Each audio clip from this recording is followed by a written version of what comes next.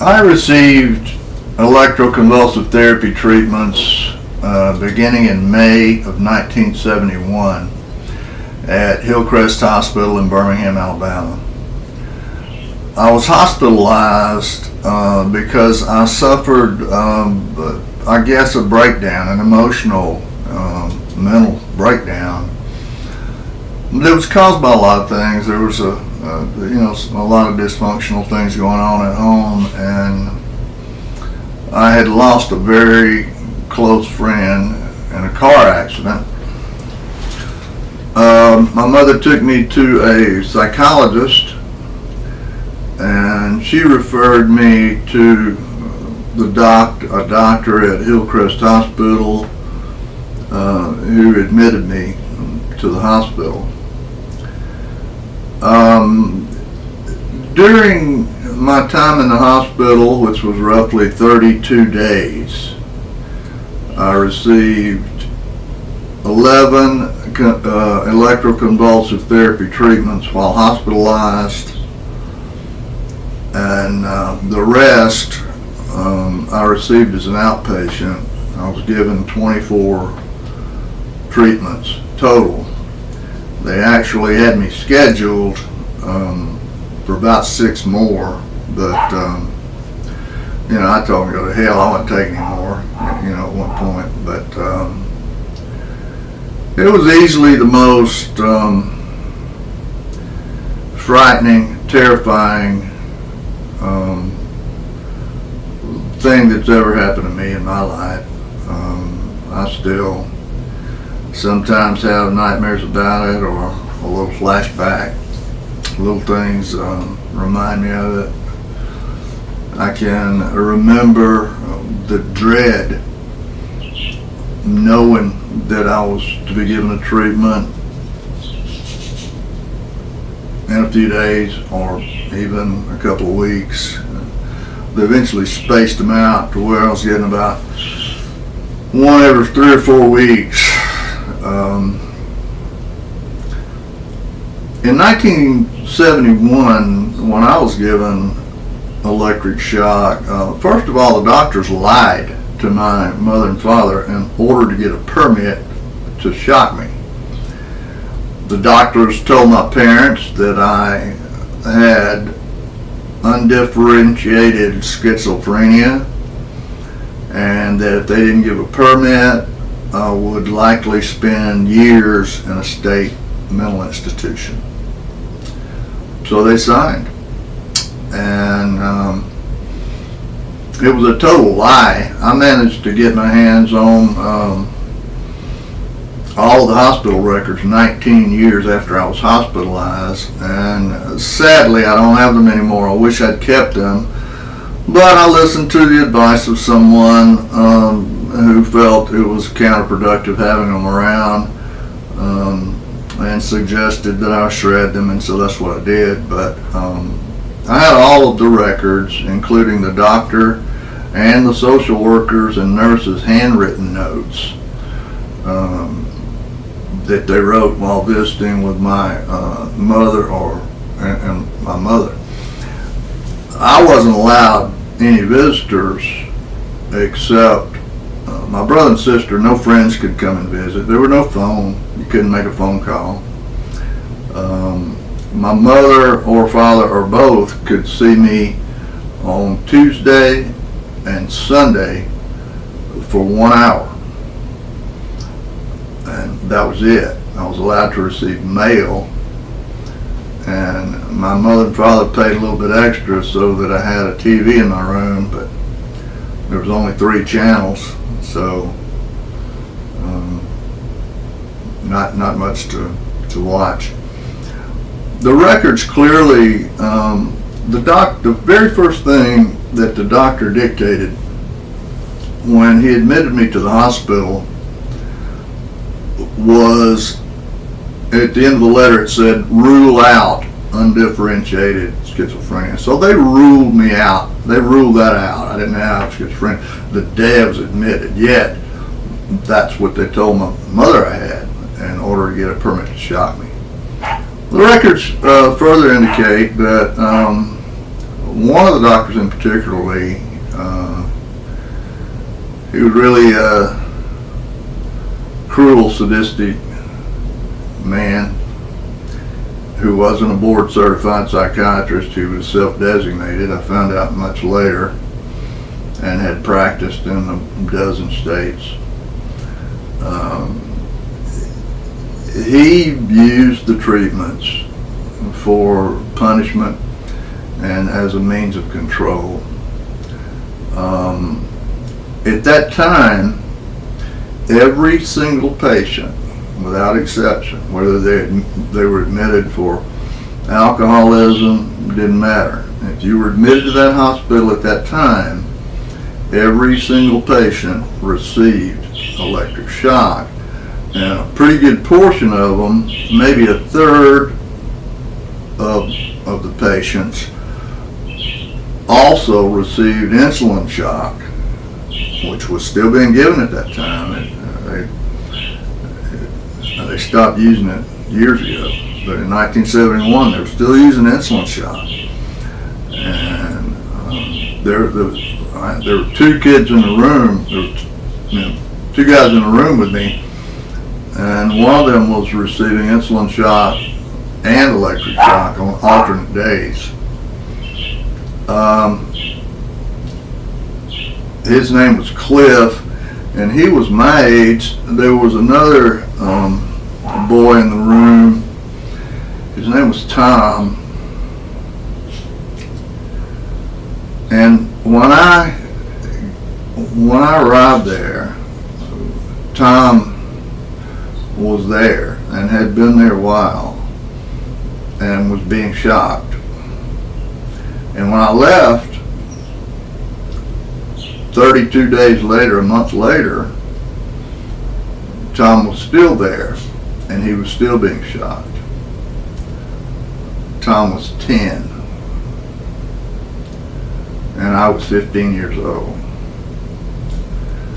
There's a movie from 1964 starring Stuart Whitman and Lauren Bacall. The name of the movie is Shock Treatment. And if you watch that movie, that is the most accurate way that electric shock treatment was carried out. Everybody thinks about the scene in One Flew Over the Cuckoo's Nest, but that scene in the movie Shock Treatment is very, very accurate. There's a scene there where there's a black man strapped to a gurney, played by Ossie Davis, and it's hard for me to watch because I have watched grown men in their 30s and 40s crying and begging not to be shocked. As an outpatient receiving treatments, we would show up at the facility and they'd call you up to the counter and give you some liquid atropine. Then a little bit later they'd call about 5 names and 5 of us would get up and they'd take us downstairs. It's like a basement and there's a row of chairs. There's a narrow corridor. There's a row of chairs on the right. On the left there's a wall. It's like a temporary wall. It didn't go all the way to the ceiling, so you could hear everything that was going on the other side of the wall. And one at a time, they would call your name, and you'd go in, and they'd administer the shock to that patient. We could hear the person who was being shocked having the grand mal seizure. If you never witnessed someone having a grand mal seizure, it's very disturbing. It's, especially when you know you're getting ready to do the same thing. Moaning, groaning, slobbering. There's also a scene in the movie where they administer a treatment to Stuart Whitman's character. But when I watch that scene, I can literally smell and taste the rubber mouthpiece that they put into your mouth just before they give you the injection.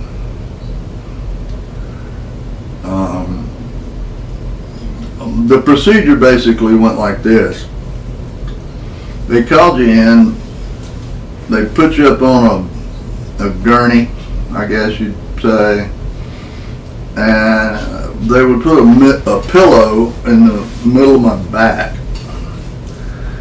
and make it turn if you don't want an arm to get a good vein. They would put that rubber mouthpiece in your mouth so that you don't chew your tongue during the seizure.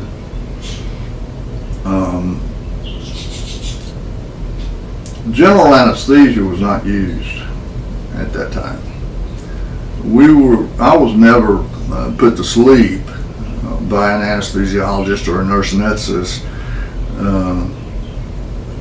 It wasn't used. What they did use was a small dose of sodium pentothal that contained a muscle relaxant, which I think at the time was succinylcholine, which prevents, or at least helps, with the jerking and basically flopping around like a fish on the dock. But the sodium pentothal doesn't put you completely under. It never did put me completely under.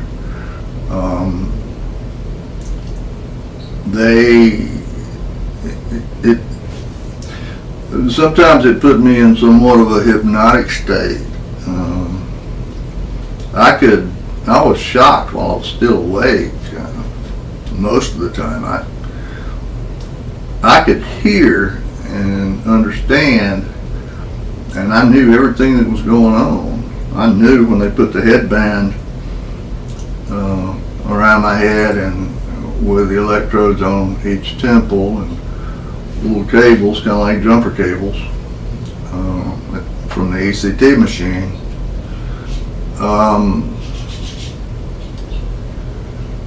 I could hear that going on, but I couldn't.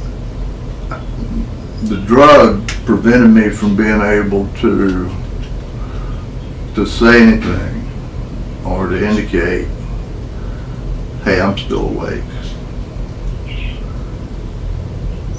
And they hit the button. And I don't know how to describe it. It's maybe like somebody has you by the feet swinging you around in circles and slams your head into a concrete wall. But I don't know if you've ever been shocked, but if you go online right now and you read about ECT and you inquire as to how much current, how much voltage, and how many amperes are used now to induce a grand mal seizure. What makes me angry today is that the doctors who use it, some of you may have seen videos on the evening news or whatever. What they've done is they've made the treatment look pretty.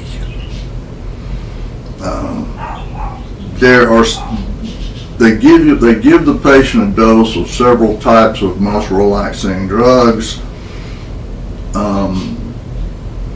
They are put to sleep with general anesthesia now.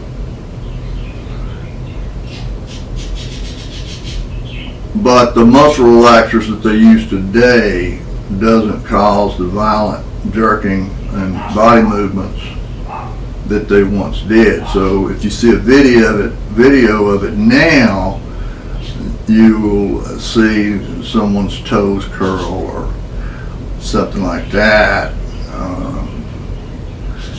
and they can read on a scope whether they're to make sure they're getting the seizure, which is the desired thing. That's supposedly they claim that's what actually does the work of so-called helping you, is the seizure itself. They just use the current to induce a grand mal convulsion. But no matter what it looks like today, that patient is having a grand mal convulsion, and that patient is having brain cells destroyed. They actually use more voltage and higher current today than they did in 1971 because the muscle relaxing drugs, it takes more voltage and amperage to induce the seizure now because of the other drugs that they use to make it not look gruesome. But it is gruesome, and what happened to me was barbaric. I was tortured. My parents were lied to.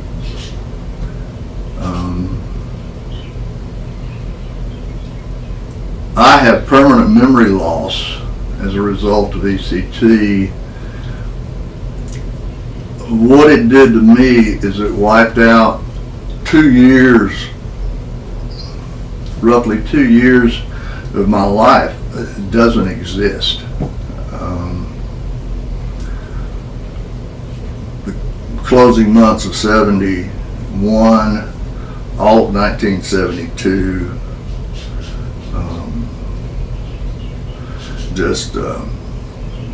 it's a blank. It's not like I forgot it. It doesn't exist. People will talk to me about things that happened, things that I participated in with them in 1972, and I have no memory of it whatsoever. I had Parkinson's disease. I was diagnosed 2.5 years ago, and I firmly believe that ECT is what caused it. There's no way you can convince me or anybody, I don't see how they can convince anybody, that passing electrical current through your brain doesn't destroy brain cells. Talk to someone who's been electrocuted and lived to tell it. Look at their burns, look at their scars, and ask them if it destroyed cells. The amount of current used today, I read that to induce a seizure is roughly 800 milliamps. A 4-foot fluorescent light bulb is powered by 430 milliamps.